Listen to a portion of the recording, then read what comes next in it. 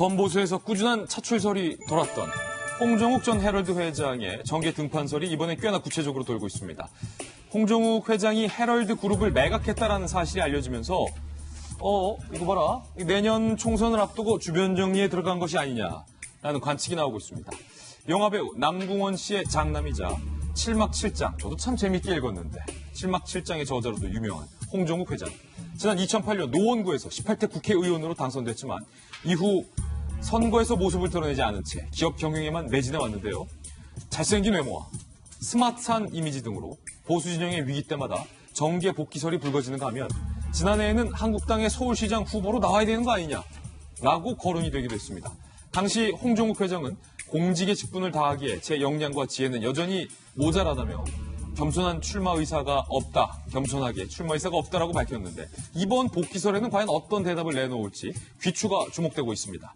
그런가 하면 민주당에서는 젠틀하고 저음의 보이스, 이낙연 총리의 출마설이 꾸준히 얘기되고 있어요.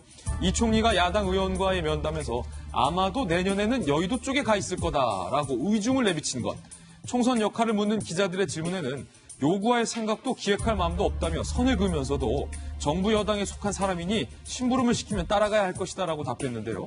여권의 차기 주자로 각광받고 있는 만큼 이낙연 총리가 내년 총선에서 어떤 역할을 맡게 될지, 과연 출마를 할지 관심이 모아지고 있는 그런 현재 상황인데, 김배윤 박사님, 네. 일단은 홍정욱 그 회장이 왜 안 나오냐 라는 얘기가 계속 선거 때마다 있었잖아요. 네, 근데 본인이 맡았던 헤럴드 이 미디어에 대한 본인의 지분을 매각했다는 소식이 전해지기 시작하면서 회사에 대한 지분을 매각했고 특히 언론사의 사주 역할을 하고 있었기 때문에 그렇다면 정계복귀 신호탄이 쏘여지는 것 아니냐라고 많은 사람들이 추정을 하는 것 같고요.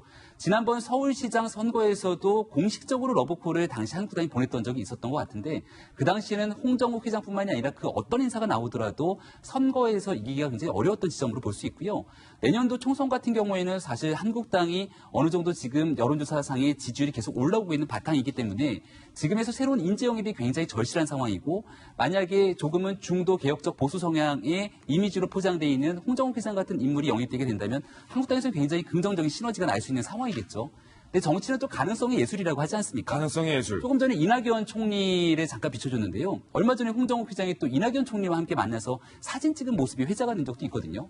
민주당에는 민주정책연구원장으로 양정철 전 비서관이 원장으로 가게 됐는데 과거에 2016년도 총선을 보게 되면 깜짝 놀랄만한 인재 영입을 했던 것은 결국 민주당의 몫이었습니다.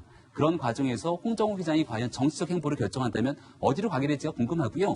이낙연 총리에게 한마디만 더 드릴 수밖에 없는 것은 총선의 거의 90% 이상 여의도로 가 있는 것 아니냐라는 전망이 지배적인 상황인데 지금 호남에서 과거처럼 민주당이 지금 민주평화당을 압도할 정도의 상황은 아니기 때문에 아마 그러한 역할 속에서 정계복귀 선언이 되지 않을까 싶습니다. 네, 제가 오늘 아침에 이 홍정욱 전 의원의 SNS를 좀 들어가 봤어요. 취재했군요. 네, 들어갔더니 이 글이 좀 의미심장한 글들이 좀 올라와 있더라고요. 이달에 올라온 글을 보면 이런 내용이 있습니다. 고민이 길어지면 용기는 줄어든다. 풀리지 않는 매듭을 가위로 잘라내듯 답 없는 고민은 결단으로 끝낸다. 그리고 지난달에는 가장 슬픈 인생은 아무것도 시도하지 않는 것이다. 이런 글이 올라와 있더라고요. 과연 계속 본인은 그전에는 정치에 복귀하지 않겠다라고 얘기를 했는데요. 지금 신경이 어떨지는 이 글로 좀 유추해 볼 수 있지 않을까 싶습니다. 나온다는 것 같네요. 과연 나올지 안 나올지 두 분의 좀 귀추를 주목해 보겠습니다.